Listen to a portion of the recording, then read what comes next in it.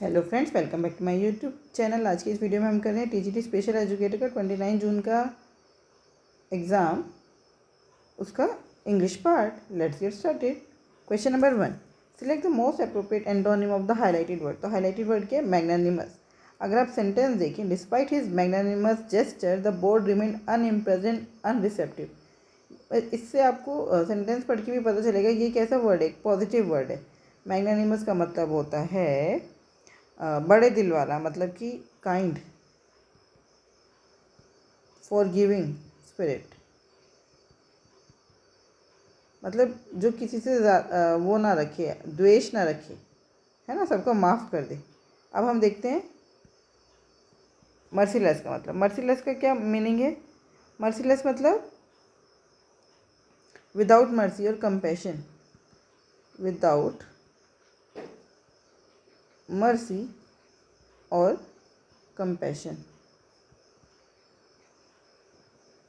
Patty, patty का मतलब होता है तुच्छ, small minded, small minded.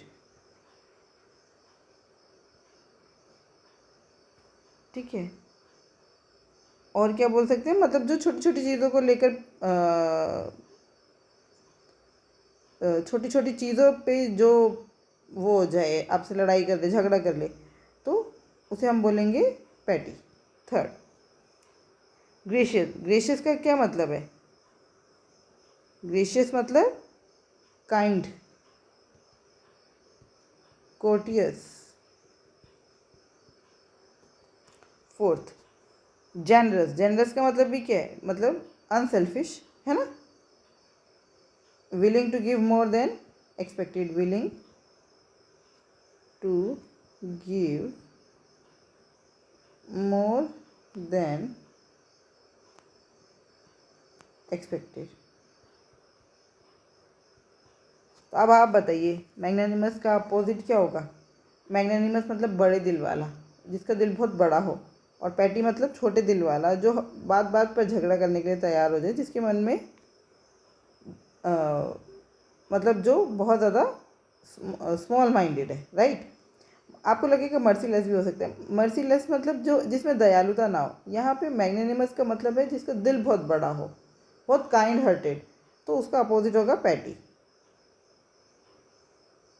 Question number 2, select the most appropriate option to fill in the blank. She bought, उसने क्या खरीदा? She bought an umbrella. आपको दिख रहा है ना, आर्टिकल्स ही आएंगे, फर्स्ट तो ऑप्शन ही है ना, तो एन तो आएगा ही आएगा।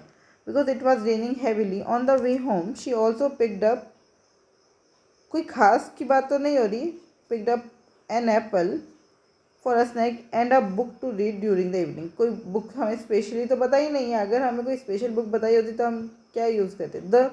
लेकिन ये तो देखो, आपको पता होना चाहिए जो नॉन चीज़ें हैं और स्पेसिफिक हैं, नॉन और स्पेसिफिक, इनके साथ आता है द। और जो अननोन है, ठीक है, और स्पेसिफिक नहीं है, उनके साथ आता है ए या एन, वो डिपेंड करता है वोवल साउंड। क्लियर? तो आंसर आएगा an an a, first one is the right answer. Question number 3, select the most appropriate option. She place the bouquet carefully on dash table near dash window beside vase filled with fresh lilies। देखिए, she place the bouquet carefully, वो table जो window के पास है, तो table भी known हो गई और विंडो भी नोन हो गई, तो on the table near the window beside dash वास फिल्ड विथ फ्रेश लिलीज। कौन सा वास? जिसके अंदर फ्रेश लिलीज है। ये भी अब एक पर्टिकुलर हो गया। जब कोई चीज़ पर्टिकुलर हो जाए, नोन हो जाए, स्पेसिफिक हो जाए, तो वो क्या होता है? द। तो द बस खत्म। Question number 4, sentence of a paragraph are given below. तो आपको बस आप सेंटेंस पढ़ने, मतलब पूरा क्वेश्चन पढ़ने की जरूरत नहीं, हमें समझ आ गया, अरेंज करना है। The scientist's discovery led to a revolutionary treatment. The findings were initially dismissed by the wider medical community. The scientists, however, persisted in conducting further experiments. Eventually, the evidence was overwhelming and could not be ignored. It took years of advocacy and research to get the recognition the discovery deserved. Today, the treatment has saved millions of lives worldwide. तो देखो, scientist ने discovery की है, had led to a revolutionary treatment, जो treatment के लिए discovery की उसको लोगों ने क्या कर दिया, नकार दिया। The findings were initially dismissed by the wider medical community, लेकिन साइंटिस्ट, हाँ, अब साइंटिस्ट जो है वो फिर भी क्या करते रहे, फर्दर एक्सपेरिमेंट करते रहे। तो ए और बी तो आएगा ही आएगा, ठीक है। उसके बाद eventually the evidence was overwhelming and could not be ignored.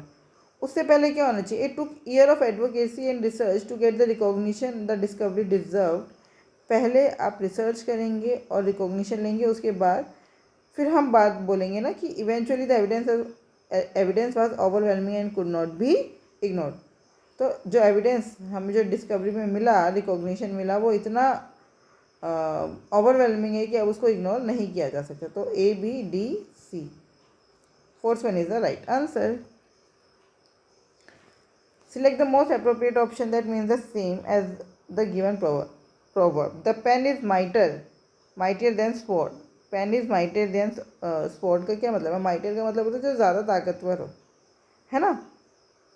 The pen is mightier than sword का मतलब है,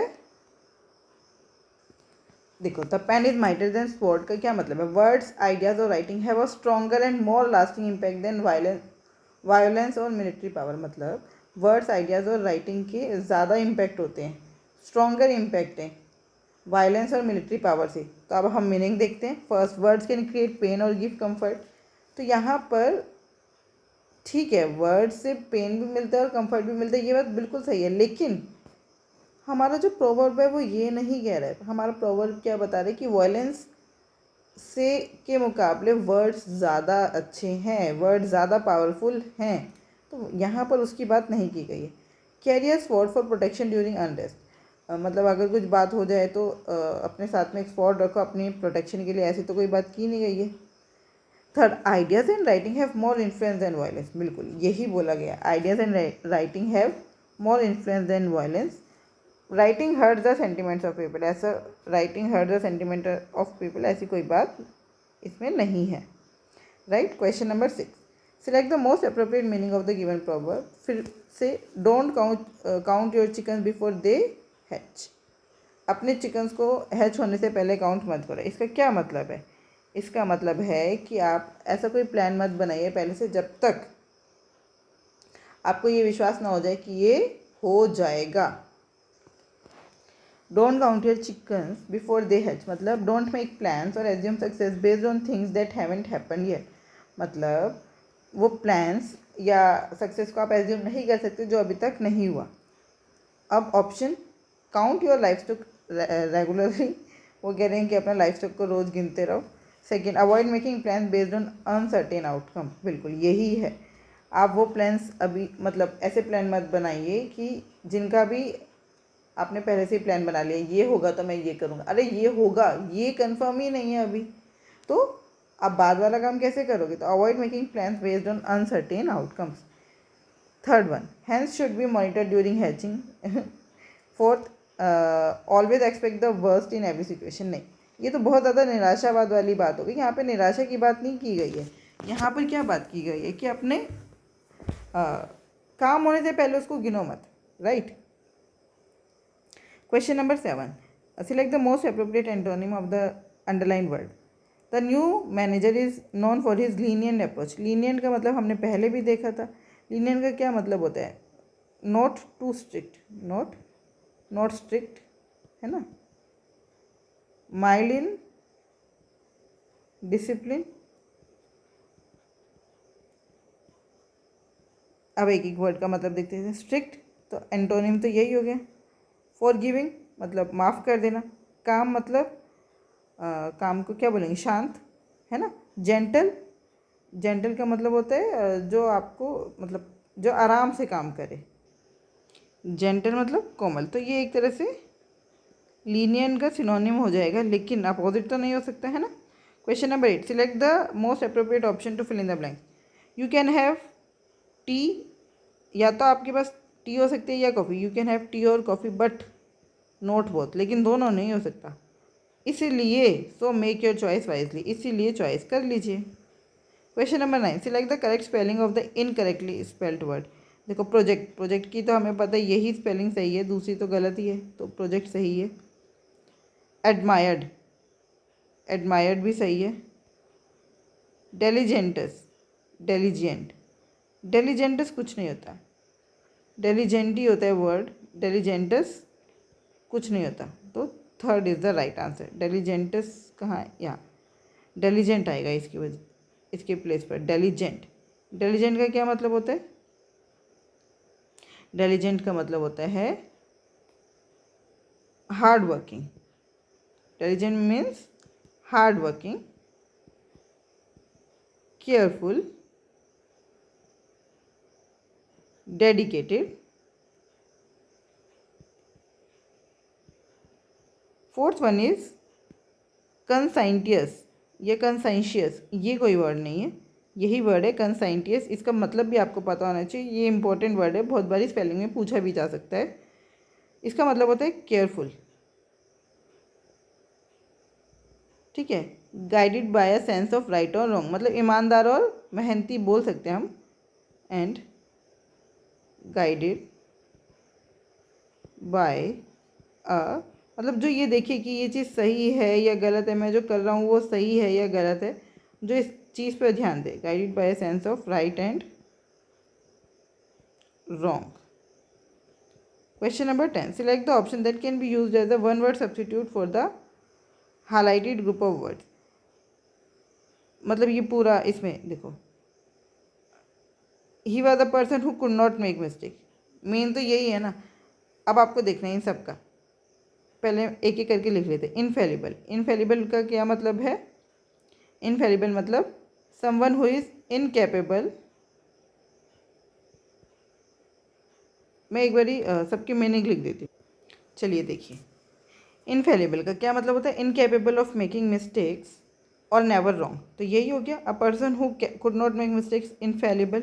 इम्पेकेबल क्या होता है? Flawless, perfect in behaviour.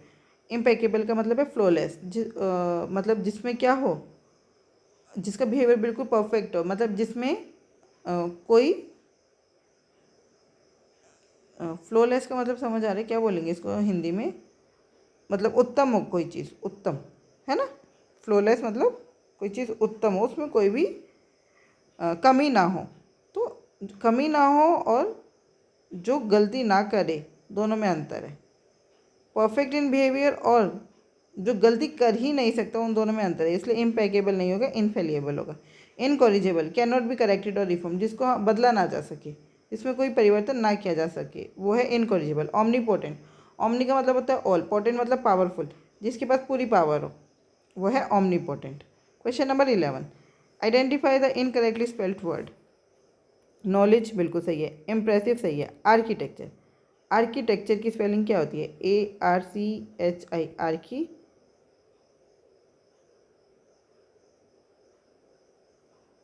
Texture, ARCHITECTUR, architecture, right. तो आर्किटेक्चर की स्पेलिंग साफ साफ गलत दिख रही थी यहाँ पे, third one is the right answer.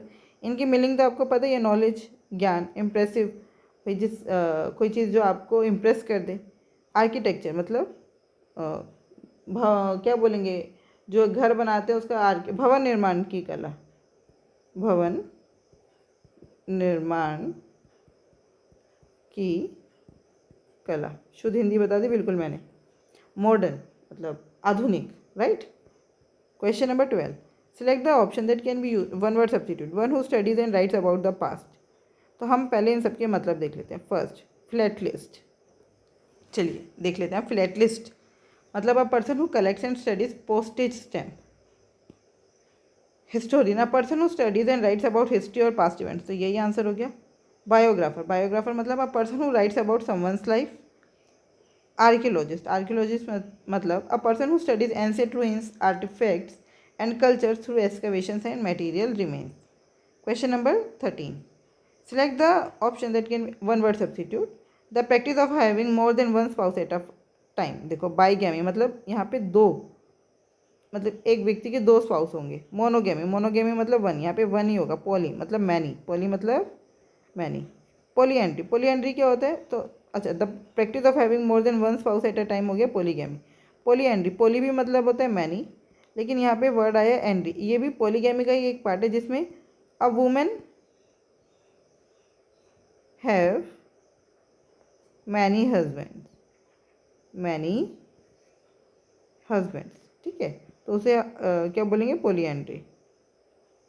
मतलब अब समझ गए आप, पोलियंड्री मतलब पोलीगैमी का ही पार्ट है। पोलीगैमी का मतलब है यहाँ पे हस्बैंड या वाइफ दोनों की बात हो रही है, हस्बैंड की बहुत सारी वाइफ या फिर वाइफ के बहुत सारे हस्बैंड।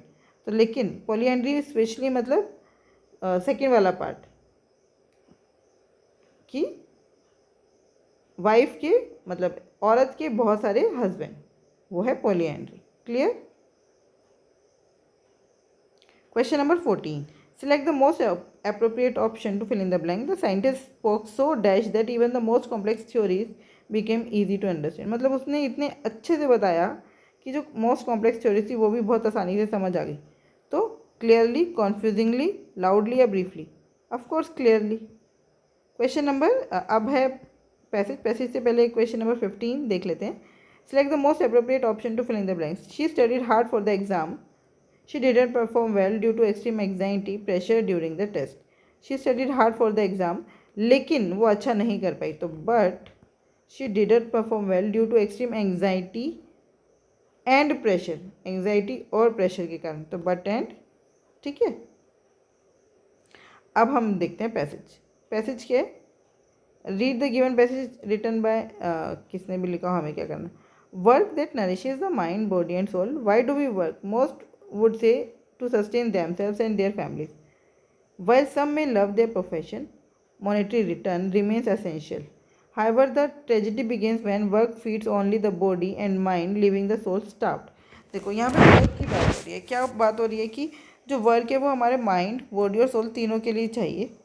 लेकिन दिक्कत कब आ जाती है? जब जो वर्क है वो सिर्फ माइंड, बॉडी और माइंड को फीड कर रहा है, लेकिन जो हमारी सोल है वो बेचारी भूखी मर जा रही है।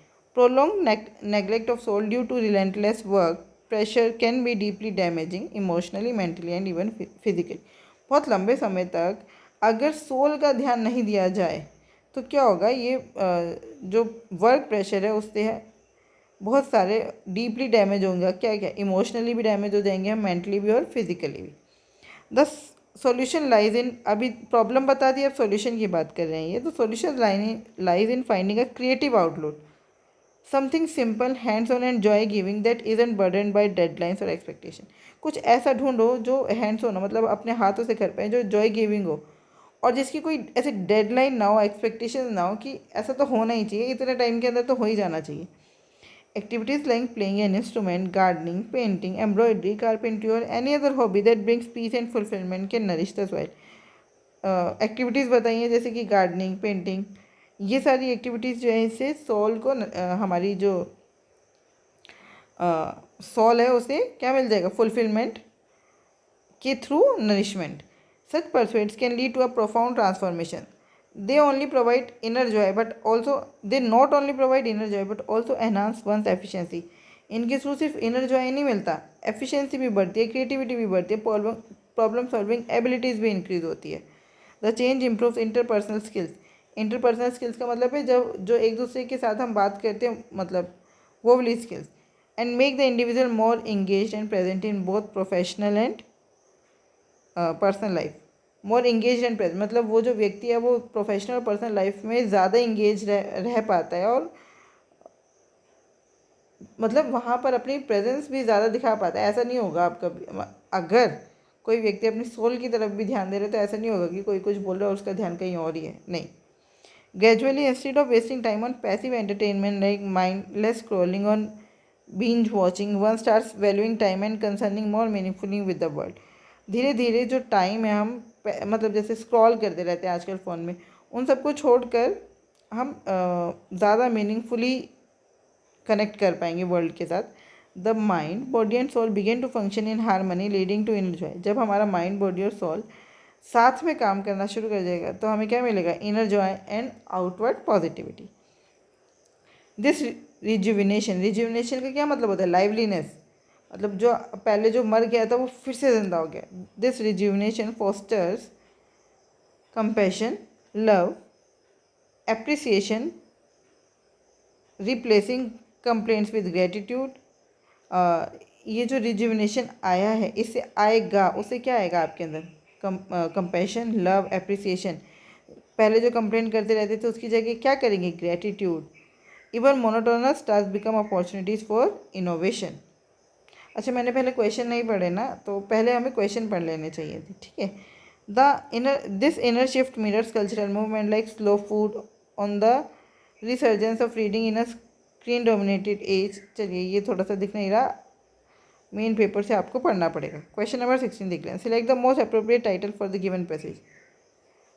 Nourishing the soul through creative pursuit, the power of productivity, work life imbalance, a corporate crisis, entertainment and escapism in the digital age. नहीं, क्या बात हो रही है?